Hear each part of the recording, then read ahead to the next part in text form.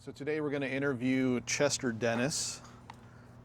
He is my father, and the goal of this interview is to have him share some of his life experience, talk about his childhood, raising a family, some of the trials and tribulations he went through for his life. And this is for future generations, whether it be family or friends. So, Dad, can you share your whole name? Chester L. Dennis Jr. What does the L stand for? Leon. So you were born September 23rd, 1948. Yes. What was your mom's name? Myrtle. So Myrtle Dennis. Myrtle Dennis, yes. When did your mom pass away? I think it was 1950, 2 years after I was born. So you do not have any recollection of her? No, none at all. Shortly after she passed away, your father remarried to Yes, Elizabeth Dennis. yes, And Elizabeth brought along a son named Yeah. John. yes.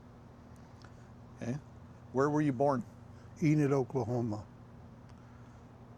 Now, your dad was in the Army or Air Force? Army Air Force at the time. Then he could transfer to the Air Force, straight Air Force, Where'd you grow up? all over. Like No where? kidding. San Antonio, Germany, Bremerhaven, Germany, Amarillo, Texas, Wichita Falls, Texas, Riverside, California, Barstow, California, all over. We were a military family, so we moved around. Out of all those places, what was your favorite? None of them. No. None? Barstow, I guess, was my favorite. More things to do there in the desert. Since you moved around a lot, did you have a lot of friends, or were you just constantly changing schools? And Changing schools, you meet people, you forget them, you know. So, Now, I've heard that when you were growing up, you were an incredible ping pong player. yeah. Tell I me used to about play- that. I used to play ping pong with Grant in his back. He had a patio and he had a ping pong table. And we used to, when we lived in Riverside, Grant and I, which I've known since I was 11 years old, I still know him today, which is 2025. Very good friends, and we used to play ping pong in his backyard. We had tournaments, him and I, and we go at it forever. We had a lot of fun. They used to tell me stories that you and Grant would steal things out of some of the farmers' fields. Oh yeah, watermelons, different things like that. Did you guys ever get caught? No, Never got caught. never got caught. Pomegranates, stuff like that we take out of people's yards and stuff on a paper route. How long do you have a paper route for? Oh, I started when I was 11 years old, and I went until I moved to Barstow, which is probably 14, so I probably had it for 3 or 4 years. Tell me the story about you guys throwing stuff off overpasses. Oh, we had an overpass down the road. We lived in High Grove, Riverside. It was High Grove, a little community. And Grant and I used to go over there and buy licorice and stuff, and we'd wait for cars to come under the underpass. And we'd spin over the side and see if we could hit the windshield or in a convertible, get it inside. So we had a lot of fun. Mom said you guys used to throw tuna fish sandwiches. Oh, we did. His mom could make the biggest tuna fish sandwiches you ever saw. Okay. So you and Grant still know each other today. Yep. He lives in Salem, Oregon. Yes. So that is over 65 years. Yes, we've known each other. Yeah. It's a long time. We still talk. Grant still works. I'm retired, so. Okay, tell me about your relationship with Uncle John. He's my stepbrother. But we have a good relationship today. He did his own thing when we were growing up, and I did mine. Kind of a age difference thing, you know, teenagers and stuff. He hung around with his group, and I hung around with my group. So, Okay. Now you have a sister. Darlene. Okay. How old were you when Darlene was born? I think I was about It's in Riverside. Probably I was in about the probably about the 7th or 8th grade, I think it was. When she was born? Yeah. She's still alive. She lives in Las Vegas. Did your family celebrate Thanksgiving and Christmas? Oh, yeah. All the time at the base. At the base? Yeah, but my dad was in the Air Force. He was a master sergeant. He had a whole section of people. And we used to go out there have dinner on Thanksgiving and stuff. It was very nice. What type of Thanksgiving dinners did they do? Turkey, like everybody else, shrimp and stuff like that, you know. Was it at the mess hall? No. It was at the building where he was at in Riverside. You know, that's the one I remember the most. It was beautifully set up outside, and we'd all go and have. It was kind of like get together, but enjoy Thanksgiving as families, you know. So that was pretty good. What'd you do for Christmas? We usually stayed home, had Christmas with the family. Did your dad cut a tree down and put up a big tree? We never did that. We had a fake tree, I think.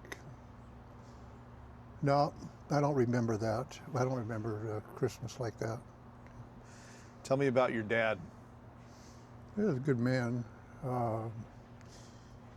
He passed away when he was 53. He had a coronary occlusion, but he was a good person. And he loved my wife, Rita. I don't know if it's because they're both from Michigan, but he just was kind to her and kind to the family. And he wasn't like my stepmother was. He was just a good person that a lot of people liked. Did he discipline you a lot? Yes, he did, but you know what? I'm so happy that he did what he did today, because I've had a very good, successful life because of what he did and what he taught me. I think that's a powerful thing. Yes. Because a lot of people will say, oh no, they were aggressive, or they hit me with a spoon, or I got my ass beat with a belt. No, my stepmother was mean to me because I wasn't of her blood, is what I found out. But that's okay. When she passed away about, I don't know, she was 92 or 3, I don't know. I went down to the funeral and paid my respects and gave a little talk. But well, I know I forgive people. You know, I look at it this way. I can't go back and undo them because I don't have a magic ball. But I have to go ahead and say, hey, look, in the kindness of my heart, do I want to go in life being hateful, you know, or do I want to go have a good, successful life? And that's what I chose. That's a successful life, because it's a lot happier, you know. Tell me about the most important values that your dad passed on to you. He always told me, he says, Chet, one day you're going to get married, and you're going to have a family. And he says, for no matter what you do, you always remember that your obligation in this world is to take care of your family and your children and make sure they're always fed, they have a roof over their head. You work your hardest. You work forever. Don't ever want to stand in line, but you want to do something with yourself that, and I chose communications because of what he had taught me, and he was in communications. But that, and he always, you know, every time he talked, he always had good advice for me, you know, like, Chet, you need to do this, or Chet, you can do it this way, or you can do it this way, you know. But he always tried to tell me, give me the option, never to just force something on you. And that's the way he was with everybody. I remember my dad, I really miss him. He was a good man. You had an older brother named Andy. Andrew. 1 year older, yes. Yeah. Andrew died from COVID about 3 years ago, 2 or 3 years ago. Now, Andrew was adopted to a family. Yeah, when we were small, there was 3 of us. There was John, Andrew, and me. And she couldn't take the 3 of us because John had polio at the time. So my dad adopted Andy out to my uncle in Michigan, Sampson's. And so he grew up there. And you know, I never really knew I had a brother until I was a teenager. But I would still, after I found out about that, after I got married, Rita and I, for our vacation the first year, we went up to Michigan, to Saginaw, Michigan, and visited my brother. And that's the first time I'd seen him, that I remember seeing him. And we stayed with him. We had a really good time. And I celebrated my birthday. It was on my birthday, my 23rd birthday. Andy, that I got looked, to see him. Andy looked just like you. Identical. In fact, when I went to his funeral, people would, I was sitting at church and I sat up close because, you know, I'm disabled and it's hard for me to get around a lot. So I sat up near the coffin, you know.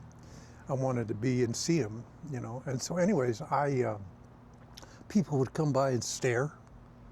Todd was just amazed. My son Todd, him and I flew back there. But they would stare at us, you know. Well, it's because we look the same, you know. All right, tell me about school. What did you graduate from high school, or did you go to college? Yeah, I graduated from high school, Barstow High School, 1966. What was your favorite subject? Lunchtime.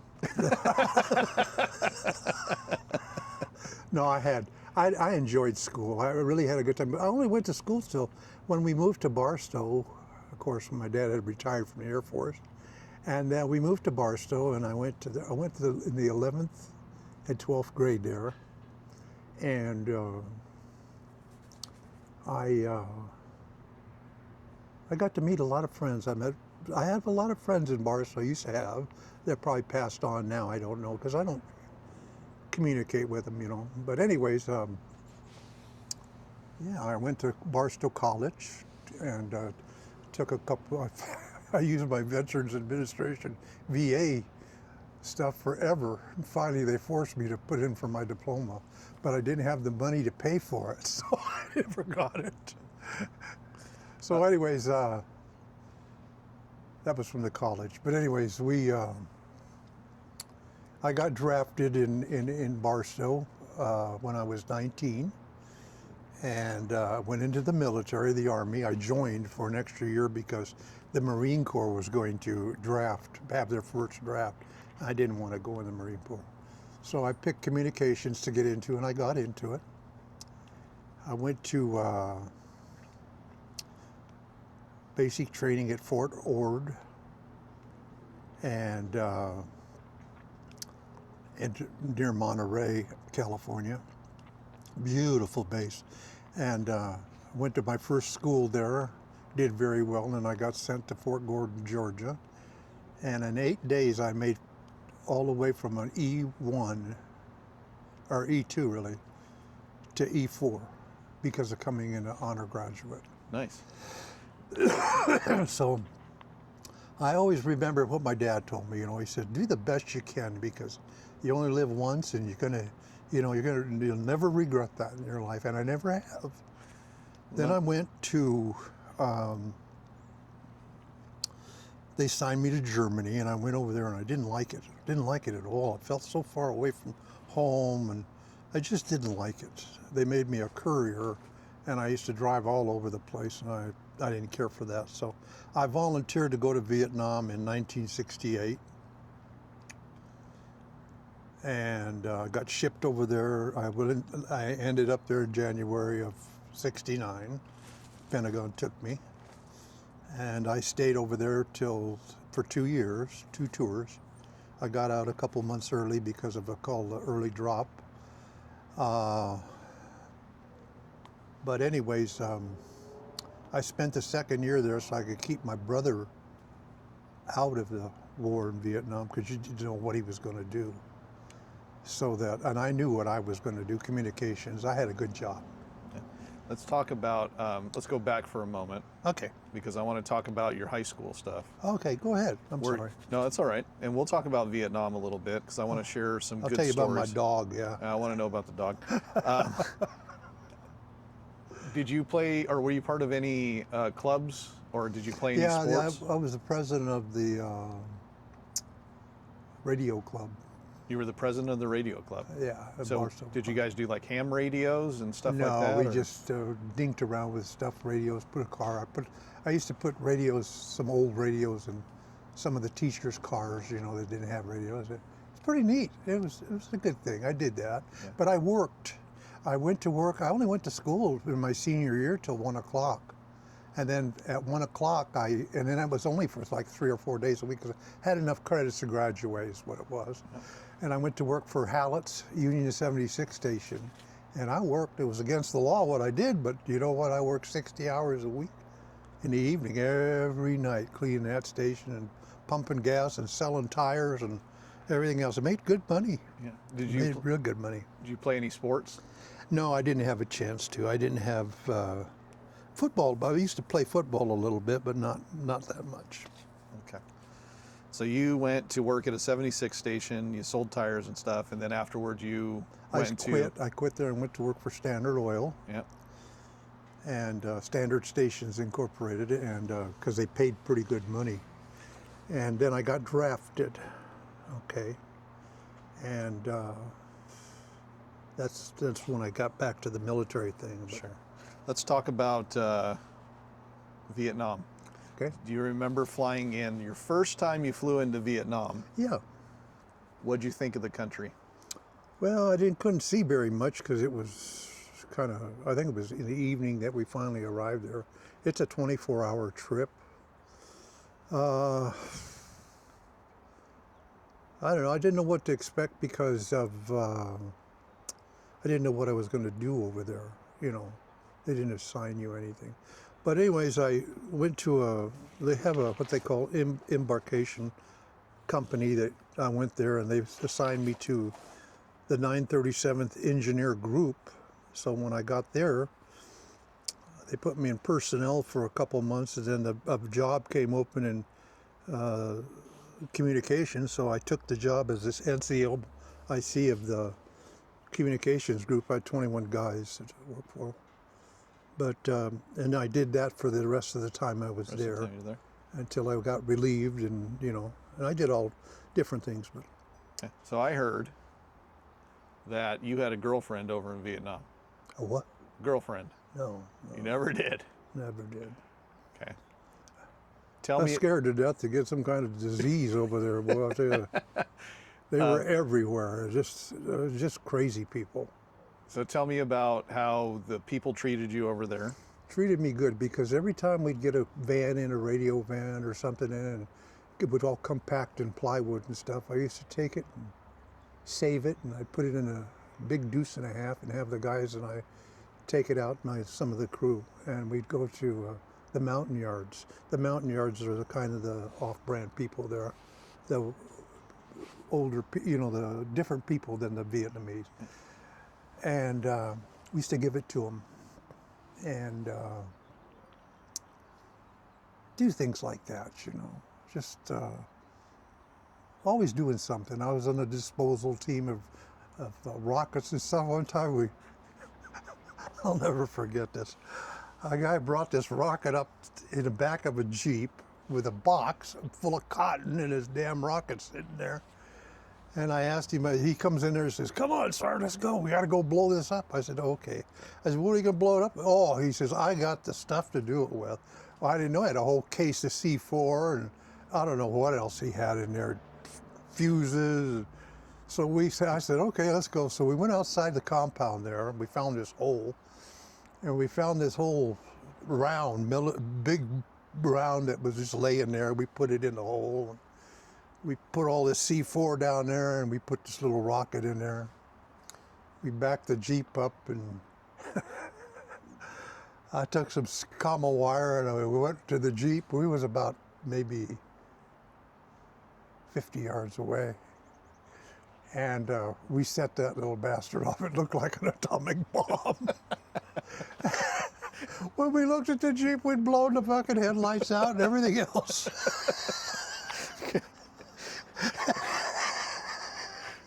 But that's one of the things I did. And then I'm going to tell you about my dog, Tiger. Well, the guys named her Puta. What type of dog was it? A Heinz 57. She was white and black. purple.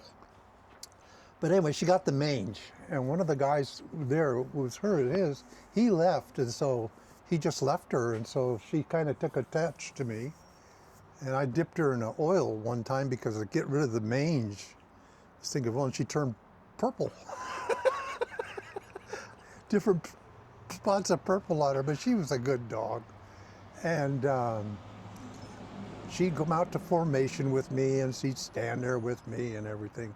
Finally, she died, but I did have a dog over there that was really enjoyable. I was in two places. I was in Pleiku, and I was in Quignon.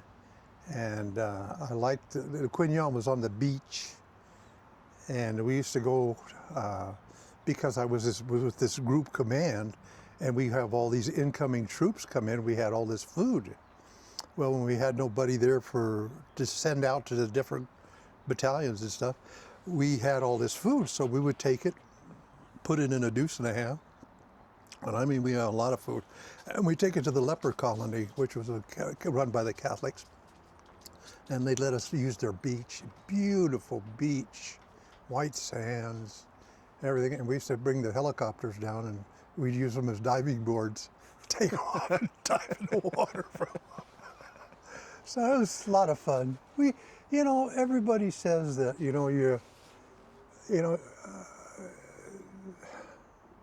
I describe it this way to people. I can't really tell you what Vietnam was really like for the war part of it, because you have to be there to experience it, to know what it really felt like and what it did to your mind and stuff and what you saw.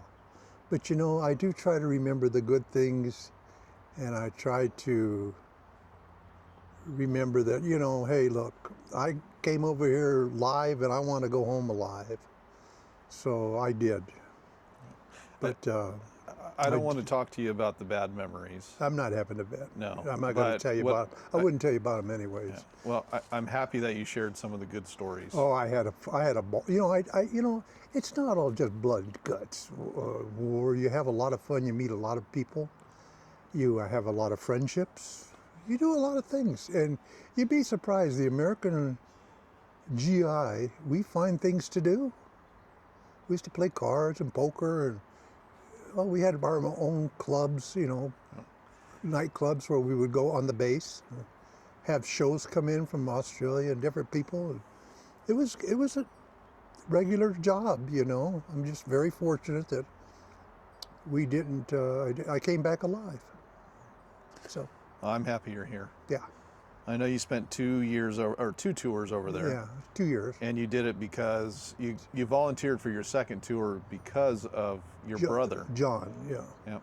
And John was being drafted and being sent over there? He had already been drafted. He had his orders, and so I said, he was in the infantry too, and I told him, I said, bullshit.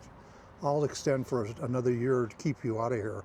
You don't want to be in the infantry over here because you don't know what the hell you're shooting at. You don't know what the hell's going on because it's all jungle and stuff. So I extended for a year, and I stayed there, and he got out. He went to Germany instead because of the Sullivan Act. You don't have to send 2 sons. Yeah. And John thanks me to this day that I did that for him. And I told him, I said, you don't need to thank me. I said, that's part of life, I mean, hey, you take care of each other the best you can. Oh. And if it works out, it works out. If it doesn't, well, you face the consequences, That is a selfless act, Dad, that you did. It is. And that's an act of love. Yeah, but I enjoyed, like I said, I had a good job over there. I had good friends, good food. We had a good mess hall. And did a lot of things, flying helicopters and stuff. Whatever you do in the military, But then I came home, and I got a job with Continental Telephone as an apprentice installer, repairman. And that's when I met your mom. And I didn't know her for about 2 or 3 months, 4 months, and I asked her to marry me, and she married me. We've been married for 54 years. Yeah. Let me ask you, how were you treated when you came home? Like shit. were spit on, called baby killers. People hated us because of what we did over there. They didn't even know the stories, you know, they didn't know what was going on. They just, what they heard or put in their minds to do, they would try to tell us. And the worthless bastards wouldn't do anything, you know. I mean, we would just ignore them. That's all there was to it. We don't forget that. You know, even today, they come up and say, thank you for your service. That's fine. But what happened to the thank you when we first came home? You know, we didn't ask to go. Well, I did. I asked to be signed there because I got to get out of Germany, but because I didn't like it. But anyways, it was an experience that you never forget. You know what I'm saying? I was able to survive, and you know, and now after I met your mom and we had our family, we got our family, our 3 boys and stuff. Life has really been good to me that way. So, how did it make you feel when they did that? Not very good. Something was wrong with us, you know. Yeah. But we just smiled and went on, you know. A lot of guys got in big fights over that, you know. I could care less. I just did my job. I knew I was going to go to work for the phone company because we'd already put applications and stuff in before. But anyways, I just ignore them. Yeah. Well, Because people didn't know. You can watch all the TVs and all the horse crap you watch, you know, what they tell you, everything on the TV and stuff and what you see, but unless you are there and you can experience it firsthand and you actually are into it, you'll never know what it's like to have an experience like that. And that's my feeling, you know. I can tell you all kinds of stuff, but I won't. But I just tell you, it was an experience that I'll never forget. I did my thing because I got drafted and joined that extra year. But I don't have any regrets for that. I just didn't stay in the military. Now, I know that you came back from Vietnam with some issues. You're now almost deaf. I'm deaf. I have Agent Orange really bad. You were exposed to Agent Orange. You've had a lot of health issues because of that. Yeah, I didn't know. You have PTSD. Yeah, I got everything, so. Yeah. I appreciate your service, and I know that that's, I mean, Well, you represented our country, and you fought for the country, and a lot of people did, you know, and I'm thank you just for one of them. protecting our freedom. I really appreciate it, Dad. Thank you. Thanks, buddy. Yep. You know, I would do it again if I had to. I really would. Do you think that your service to the country and going over to war, did that shape you differently? Or? Yeah, I think so. I think it makes you have a good mindset, you know, about life, especially life. Makes you appreciate it more. Oh, yeah, you appreciate what you have, you know. I don't know, I've had a good life. I've been blessed. Okay.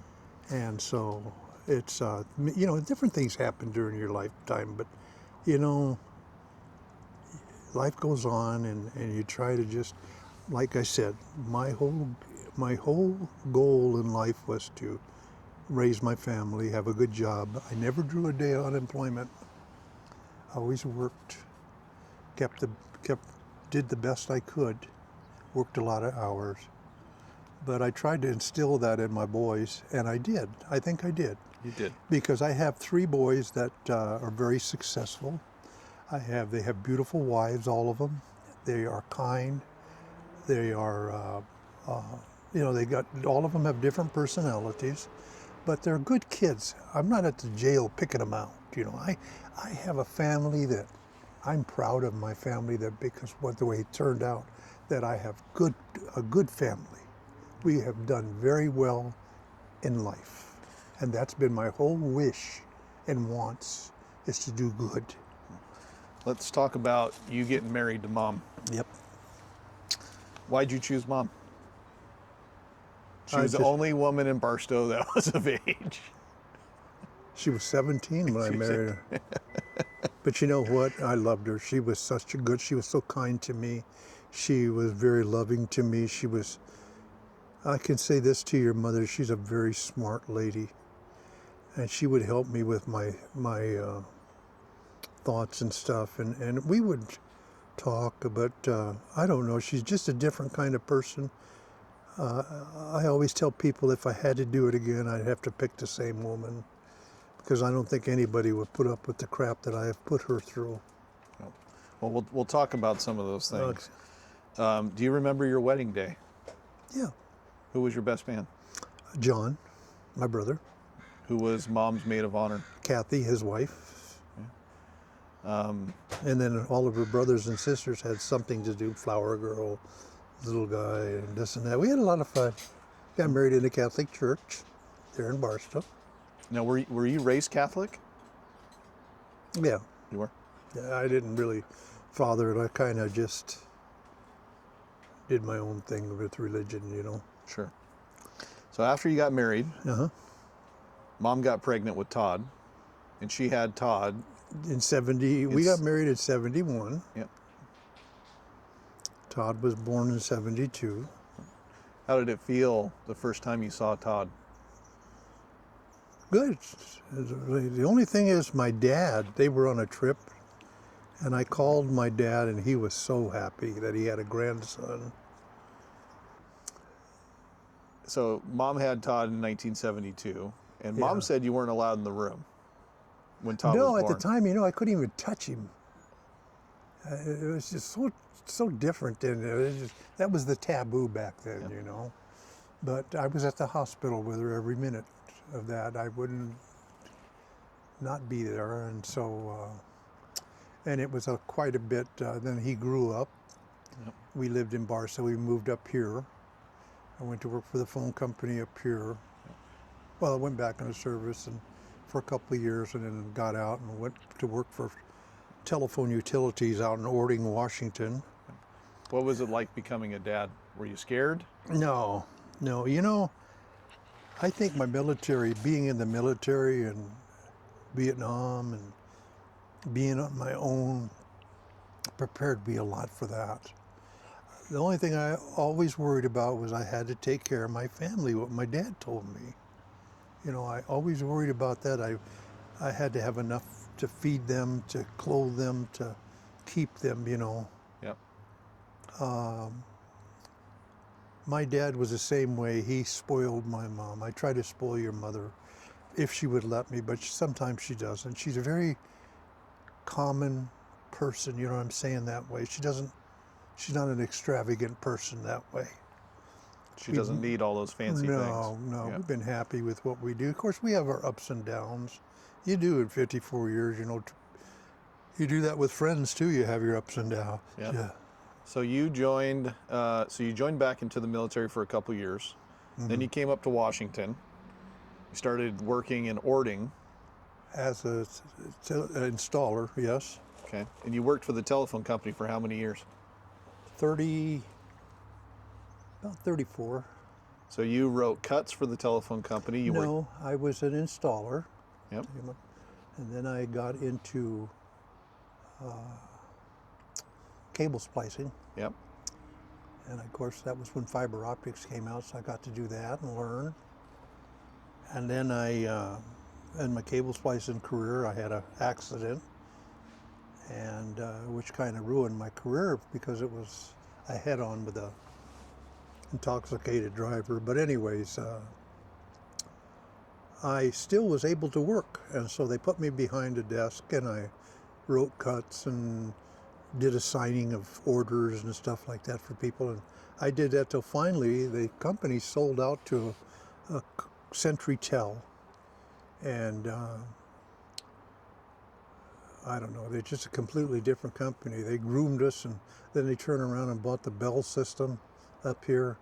They bought a lot of stuff, and they laid us off, all of us, most of us. Yeah. What used to be like, in Ording we had like 5 or 6 people, one person today. And I know that after that, you basically went on to retire. I did retire. Yep. I did retire. Okay. Because I don't know, my time came. Enough is enough, you know. Let's talk about some of your hobbies. I remember that you used to love fishing. I love fishing. Still do. Yeah. You know, and also I used to go, I'll never forget this. My dad and I, I bought him a shotgun, him and I bought me a shotgun, and from a place called Jerry Berman's in San Bernardino, California. Him and I used to go out and shoot those clay ducks. We'd throw them, have a lot of fun. And he'd go duck hunting and stuff together and grouse hunting, and it was a lot of experience, a lot of things that I did. It was character. But now today, I have won in contest a rifle, a beautiful rifle. I don't have it anymore because I'm just not into hunting like I was, you know. Yeah. I never was. Fishing is my thing, and coin collecting. I collect coins. Do you remember catching your halibut? Oh my God. Tell me about that. It was with Todd. We was up at Port Angeles, and a fellow by the name of Ken Knott, he was a customer for the phone company. You got to know him very well. I tried to make friends with all the phone company people, the customers, because I wanted them to be happy with our company and what we did. And he used to take me fishing, and he took Todd and I fishing. I caught this 67-pound halibut. If you've ever seen a halibut, I mean, they look ugly, and they got some teeth on them that won't quit. Anyway, he tied it all up and everything, got it in the boat, and Todd wouldn't go near it. He thought it was going to eat him. But while we were cleaning it, people would stop and the tour buses and go, "Oh my God, I love halibut." I said, "Well, good, go catch you one." You know, you're not getting mine. They're a very good fish. So anyways, and then, but he finally passed on. And then my buddy Bill Tackett, him and I go fishing still today. We'll go to the lakes. Squirrel over there, look. I know. Over there. I can hear him. He's sitting right there. He's listening to you. Yeah. Anyways, we go fishing, and I did go up to Alaska with John and went salmon fishing. How was Brought that? home 47 pounds of cleaned, filleted Chinook salmon, all frozen, flash frozen. It was so good.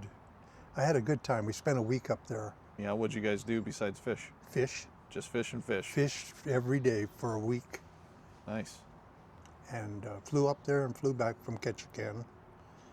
And really enjoyed myself for that day. I wouldn't do it again because damn boat. I mean, we were in the ocean, you know. And God, bonging my head. They had me driving the boat because they didn't want me to fall over because I'm half crippled, you know. Yep. Disabled, so not crippled, but disabled. So anyways, I was driving the boat, but we had a lot of fun. But I did catch a lot of Chinook salmon. When I was with Mr. Knott up there at Port Angeles, we used to catch a lot of salmon, kings and stuff. And I've done a lot of stuff that way, but fishing was my main thing. Now, you used to go out and crab and stuff down here at Puget Sound, right? You had crab nets. You used to catch octopus. We used to. No, it was. I can't think of it. Sell them in the restaurants. Look like little squids. Yep. Calamari. Yeah, calamari. Yep. We used to go out and catch the hell out of those down there to Stillicum Dock. It was a lot of fun. We used to catch red rock crab. And not so much them, but it was mainly the squid, the little bitty squids. Have a good time with that. I caught an octopus one time, a big one. It scared me to death because when I got it up on the dock, every Korean and Japanese Oriental person in the world came over there to cut it apart and take the antlers or the legs and whatever it was. Tentacles. The only thing that I got left was a bald head. I didn't want it. But anyways, that was a lot of fun. So you imparted the love of being outdoors and fishing to Ryan and I know Mom did too. Yeah. And that's something that, Todd to this day still hunts. He loves fishing. He was a guide. I learned a lot of the stuff from you, and I don't know how the hell you had so much patience with us when we were little. Oh, I had a ball. I remember sitting with you at Yellow Jacket Ponds and fishing in the evening. Out of Morton. Yeah. Out of Randall. Randall, Yeah. yep. All right, let's talk about, I know that this is not a fun subject, but we'll just kind of go over it a little bit. So you mentioned that you were disabled. You were hit by a drunk driver. At 9:30 in the morning, I was on my way to Long Beach to finish a job. I had a cut crew, Bill and I, and we would be sent to different towns that our company had. And when they would put new construction up, we would go in and whatever they call us a cut crew, we cut it over and make it work, so that we could have more facilities to give people more stuff, But at 9:30 in the morning on US Highway 101, about 9 miles from Long Beach, I got hit head on by a drunk driver. Ended up in the hospital there. They couldn't take care of me because I had shattered my hip. So they flew me by helicopter to Harborview, big trauma center. And I stayed there for a while, and then I was in a nursing home. I got to come home for Christmas. I remember. This was November of '94. Yeah. So you were hit in your bucket truck. The guy was driving a meat van, and I remember seeing the big old Ford van. I remember seeing your truck just destroyed. Oh yeah. And you had shattered your right knee, and you had pushed your femur through your pelvis. And I remember seeing you in the ICU, and it was crazy. I almost didn't recognize you because of all the tubes. I know your hip you've had multiple surgeries on your knee. You've had a ridiculous amount of surgeries on your hip. Do you know how many surgeries you've had? All total since I had that accident, 28. 28 surgeries? Jesus. You've been I've through had hell, Dad. I had my gallbladder taken out. But you know what? Like I told you before, I'm blessed. But anyway, I worked for a good company, and we were like family. Everybody took care of us. The guys would take collections up and give the money to Mom to pay for parking and stuff, and help with Christmas presents for the kids. And I'm telling you, I couldn't ask for better friendship than the people I worked with and the people at the school where Mom worked. They brought me there in my wheelchair in an ambulance so that they put on a Christmas play for me there at the school, and I'll never forget that. And I had such a good time, and that's called love. That's called, I don't know, I don't know what it is, but you can't never take that away. That is the premium thing of life when that stuff happens. That accident changed your life. Oh, it sure did. I don't have the bitter feelings toward the kid. The guy that hit me, that was his third DUI, drinking under the influence. And like we told the judge down there, because we had to go to court, that he was going to go out and kill somebody next time. He was just an alcoholic. They had to do something. But anyway, he got 5 months and 6 months in jail. It's not enough. No. But you know what? That's the law. I know. Your life was affected and has been affected for the rest of the remainder of it. But you know what? I'm alive, and I'm retired, and that was my whole goal. I had to retire to experience it, Okay. Now, you told me you've been married for 54 years. Have? Same woman. Same woman. You guys have lived in this house for over 40 years. Never cheated on her. Never would I, even to this day. She's the love of my life. I mean, really, I seriously mean it. Sometimes it doesn't show because I want to tell you what the difference is. When I grew up in a family that we didn't have the kind of love that a normal person does, because it was just my dad that really cared for me, My stepmother didn't, because I wasn't of her blood. But Mom's family took me in right away and showed me the love that I was missing. And that's why I married your mother, because I loved her dad. Her dad was a second dad to me. I loved her mom. I still to this day love her mom. She's just a wonderful person. I love her brothers and sisters, all of them. And, you know, like I say, that's what the main thing, that's one of the main things in my life that I can't undo, and I got to tell people about it, is I met your mother. And that is a blessing for me. Sometimes I don't show it because I'm going to tell you something, it was different. I never had the love that she has tried to teach me how to have love of the family.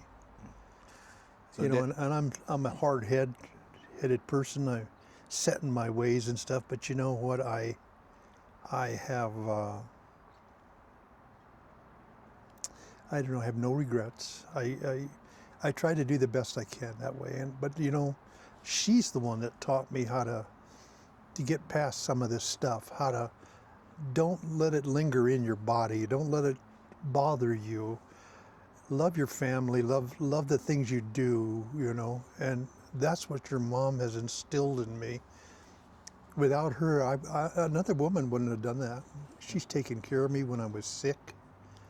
She has done everything for me. And I know this interview is for me, but I got to tell you, you know, in my lifetime, the thing that I most respect the most is my family.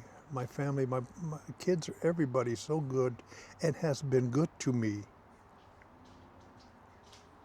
You know, they say you got friends. Those are my best friends. But you know, so, you know, I have had a good life. I've got grandchildren. You know how many grandchildren you got? I got, let's see, well, my 3 boys are all married. And each one of them, this is really something, each one of them have a boy and a girl. And so I have 6 grandchildren there, and step-grandchildren from Todd's marriage. And I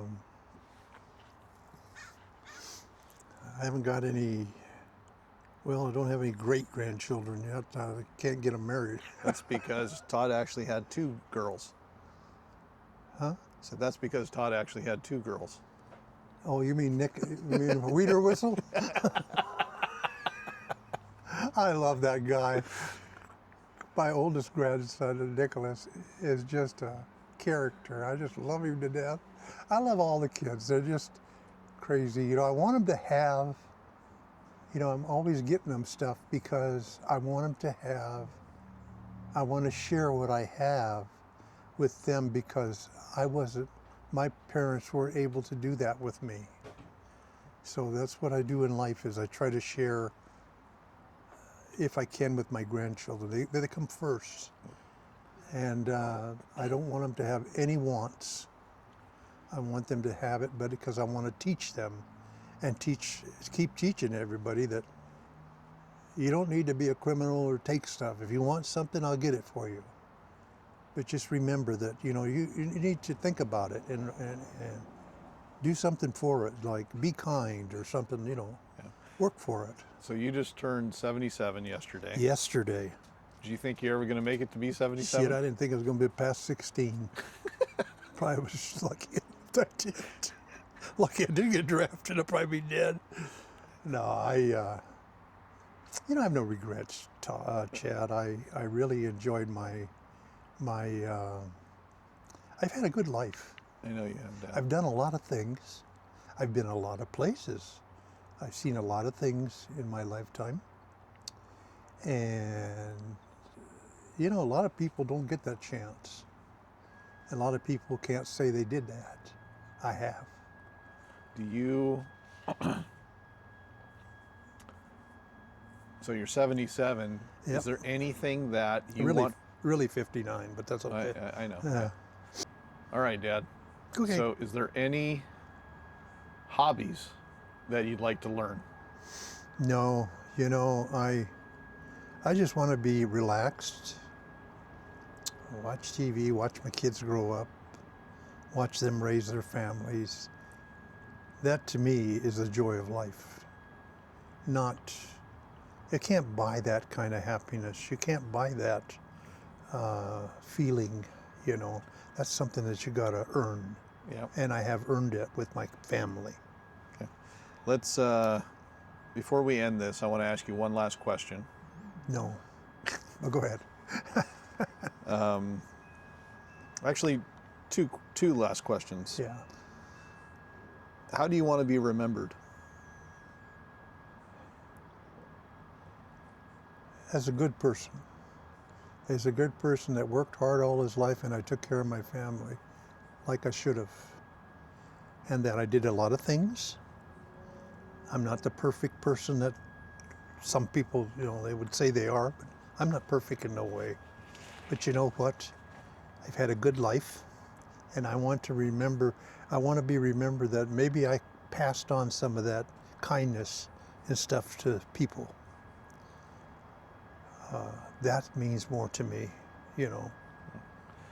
Well, I think that's my goal in life was to, if I did good and I did do good, is to pass it on. Let somebody else enjoy life too. My boys, you know, especially. I would say, Dad, that you are one of the hardest working people I've ever seen. You have overcome adversity time and time again. You're probably one of the toughest SOBs I've ever seen. And yet, you would give the shirt off your back if someone really needed it. I would give my last dollar if I had to, because you know what? I've had more. I have what I need. I don't need a lot. But you know, I was always instilled that too. Is share what you have, especially with your family. Make sure that I would take care of them and do whatever I had to do, because that's what life's about. All right, last question for you. Okay. What advice would you give your future great grandkids?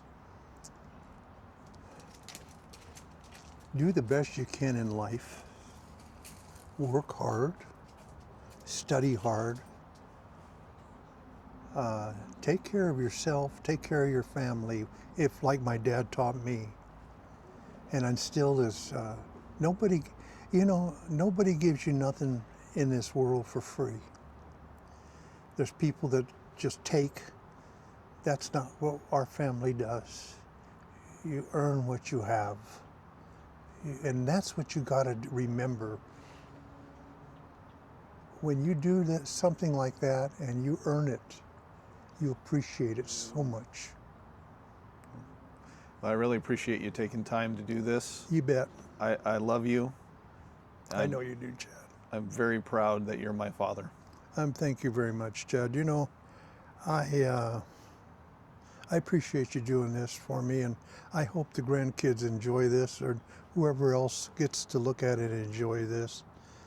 But like I said before, I've had a good life, and I thank the good Lord every day I wake up. I still have good friends.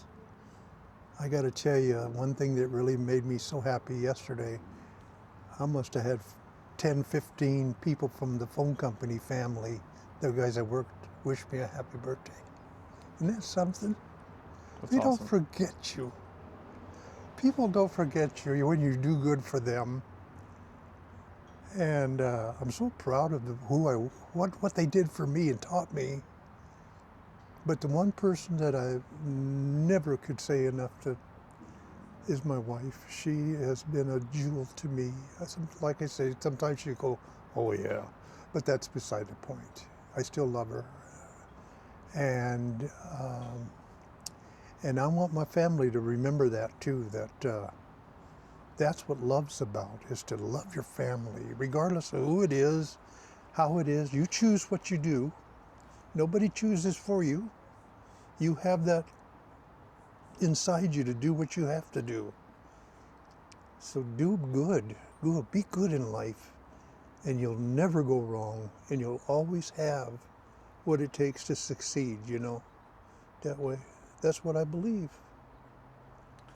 Well, I And I want appreciate my that. grandchildren to be that too. I want them to know that, I'd help them. I'll help any of the kids today.